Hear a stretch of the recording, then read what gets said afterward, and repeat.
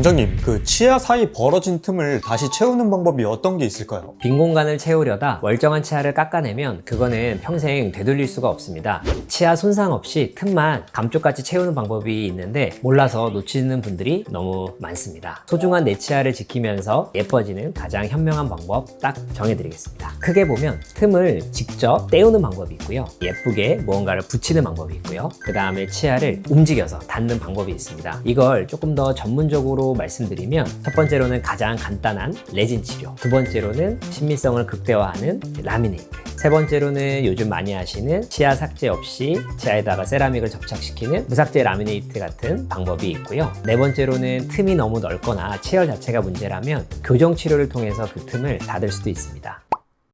궁금한 게 스케일링 하고 나서 이게 넓어졌다 하시는 분들이 있는데 이거 좀 팩트 체크해 주시면 좋을 것 같습니다. 이 부분에 대해서는 정말 오해가 많습니다. 스케일링 하고 나서 이와 이 사이가 벌어졌다, 없던 틈이 생겼다라고 하시는 분들이 꽤 많습니다. 그런데 이거는 스케일링 때문에 치아 사이가 벌어진 게 아니라 원래 있었던 공간이 드러난 것 뿐입니다. 치아 사이에 틈이 생기는 이유는 크게 세 가지로 꼽아볼 수가 있습니다. 첫 번째로는 이제 잇몸 퇴축을 들 수가 있는데요, 대부분의 경우 나이가 들면서 치아와 치아 사이를 채워주고 있던 잇몸이 내려가게 됩니다. 보통은 잇몸이 약해진다라고 하는데 노화 현상과도 관련이 있다라고 볼 수 있습니다. 이렇게 잇몸이 내려가면 치아와 치아 사이에 채우고 있던 이 삼각형의 공간이 드러나게 됩니다. 이러한 것들을 우리는 블랙 트라이앵글이라고 부르고 있습니다. 자, 이제 두 번째로는 치아가 이동돼서 생기는 현상입니다. 환자분들이 정말 많이 하시는 말씀이 예전에는 치아가 가지런하고 골랐는데 나이가 들면서 틀어졌다라는 말씀을 치과에서 정말 많이 하시고 계십니다. 그런데 실제로도 이런 일은 생길 수 있는 현상이고 지금도 모든 사람에게 생기고 있다라고 볼 수 있습니다. 치아는 평생 동안 뒤에서 앞으로 기대고 있다라고 생각하시면 됩니다. 따라서 뒤에서 치아가 앞으로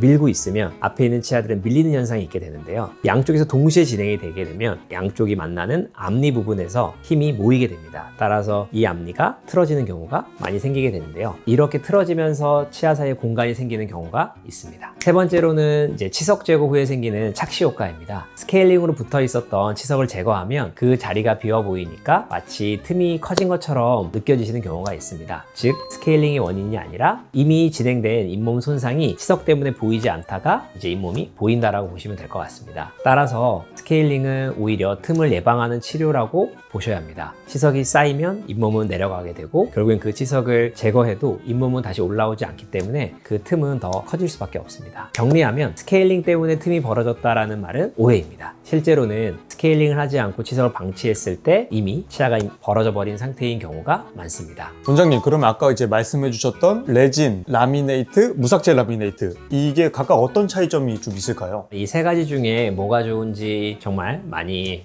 물어보시는데 가격도 다 다르고 방법도 다 다른데 과연 어떤 장단점이 있는지 효과는 비슷한지 궁금하신 부분들을 설명드리겠습니다. 사실 틈을 채운다라고 하는 목적은 같지만 접근 방식이 완전히 다른 치료라고 생각하시면 됩니다. 레진이 갖고 있는 가장 큰 장점은 간단하고 빠른 치료가 레진의 가장 큰 장점입니다. 당일날 한 번만 치료하시면 해결할 수 있고 30분 안에 치료가 완전히 끝날 수가 있습니다. 하지만 레진이 가지고 있는 단점은 레진은 재질 자체가 플라스틱이기 때문에 아무리 잘 치료한다라고 해도 보통 3년에서 5년 정도가 지나면 서서히 변색이 시작된다라고 볼 수가 있습니다. 또한 재질이 플라스틱이기 때문에 강도가 약해서 잘 떨어진다라는 단점이 있습니다. 그래서 예전에는 치아 손상이 없다는 장점으로 많이 사용했었던 방법이지만 요즘에는 작은 파절이나 작은 공간을 닫거나 작은 부위를 떼우는데 사용하는 추세입니다. 라미네이트라고 하는 치료는 세라믹으로 만드는 방식이라 변색도 오지 않고 파절 강도도 우수합니다. 하지만 치아의 앞면을 1.5에서 2mm 정도 삭제를 해야 되는 치료 방법이다 보니까 마취도 해야 되고 내 자연 치아를 깎아야 되기 때문에 이가 시려질 수도 있다는 단점이 있습니다. 그리고 라미네이트 부작용에 대해서 인터넷에서 많이 접해보셨던 것처럼 한번 탈락한 이후에는 재접착이 잘 안 돼서 자꾸 떨어지는 단점도 있어서 요즘은 라미네이트는 거의 안 하는 추세입니다. 마지막으로 말씀드릴 무삭제 라미네이트라고 하는 치료는 기존 라미네이트의 단점들을 개선한 완전히 새로운 치료 방법으로 치아를 삭제하지 않는다는 레진의 장점과 변색에 강하다는 세라믹의 장점 또한 가지고 있고 탈락되거나 파절되는 일도 거의 없어 최근에 가장 많이 하는 치료 방법입니다. 기존의 라미네이트와 다른 점은 이 세라믹을 0.1mm 이하의 두께로 얇게 세라믹을 가공해서 치아와 완벽하게 밀접을 시켜서 접착을 시키게 되는데 이렇게 되면 치아를 삭제하지 않고도 치아의 공간이나 색조 등을 개선시킬 수가 있고 치아 손상이 거의 없기 때문에 시린 증상도 나타나지 않습니다. 또한 치아의 속층에 접착하는 라미네이트와 달리 치아의 겉층인 에나멜층에서 접착하기 때문에 기존 라미네이트 대비 접착력이 5배 이상이라고 보시면 됩니다. 얇은데 깨지는 거 아닌가 하는 질문을 하시는 분들이 있습니다. 이 얇은 세라믹의 특징은 치아와 거의 유사한 굴곡 강도 그리고 표면의 강도를 가지고 있기 때문에 이 얇은 세라믹이 치아에 완벽하게 밀착하게 된다라고 하면 거의 치아와 같이 움직이고 치아처럼 느껴지시게 되고 치아와 유사한 단단한 강도를 가지게 됩니다. 그래서 요즘은 미용 목적이 아니어도 치아의 거층이 많이 손상되어 있는 경우에도 자연 치아를 복구시키는 치료로도 최근에는 많이 사용되고 있습니다. 건강한 치아의 거층을 한 겹 더 올려주는 치료에 가깝다라고 볼 수가 있습니다. 근데 이 라미네이트, 그러니까 무삭제 라미네이트 했다가 마음에 안 들 수도 있잖아요.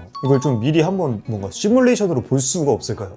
무삭제 라미네이트의 가장 큰 좋은 점은 치아를 손상시키지 않기 때문에 미리 구강 스캔을 이용해서 3D로 모양을 만들어서 이제 레진이라고 하는 플라스틱 재료를 이용해서 미리 치아에다가 실제 치아에 올려보는 프리뷰라는 과정을 거쳐볼 수가 있습니다. 그래서 이런 프리뷰 과정을 통해서 실제 환자분 치아에서 이런 라미네이트가 어느 정도 치아의 크기가 될지 보여드리고 만약에 이게 내가 원하는 수준의 치료가 아니라고 하면 여기서 중단을 하게 돼도 원래 치아 그대로 있기 때문에 치료를 선택할 수가 있습니다. 원장님, 그러면 이 치료들 중에 가장 좀 추천하는 치료가 있다면 어떤 게 있을까요? 저는 치아 삭제는 싫고 잇몸이 내려간 블랙 트라이앵글만 메우고 싶다, 치아의 틈을 메꾸고 싶다라는 생각을 가지신 분이라면 무삭제 라미네이트를 1순위로 추천하고 싶습니다. 내 치아를 100% 보존하면서 감쪽같이 메꿀 수가 있고 몇 년이 지나도 변색이 오지 않고요. 파절 강도도 굉장히 높기 때문에 아무거나 과일이나 햄버거, 면을 끊는 것들 식사도 편안하게 가능하시고요. 그 다음에 워낙 얇기 때문에 보철물 경계가 있지 않아서 잇몸이 나빠지거나 잇몸 질환이 생기지도 않습니다. 하지만 만약 비용이 조금 부담되신다면 차선책으로 레진도 괜찮은 치료 방법이라고 생각을 합니다. 또 궁금한 거 있으시면 댓글 남겨주시고요. 좋아요와 구독 부탁드리겠습니다. 감사합니다.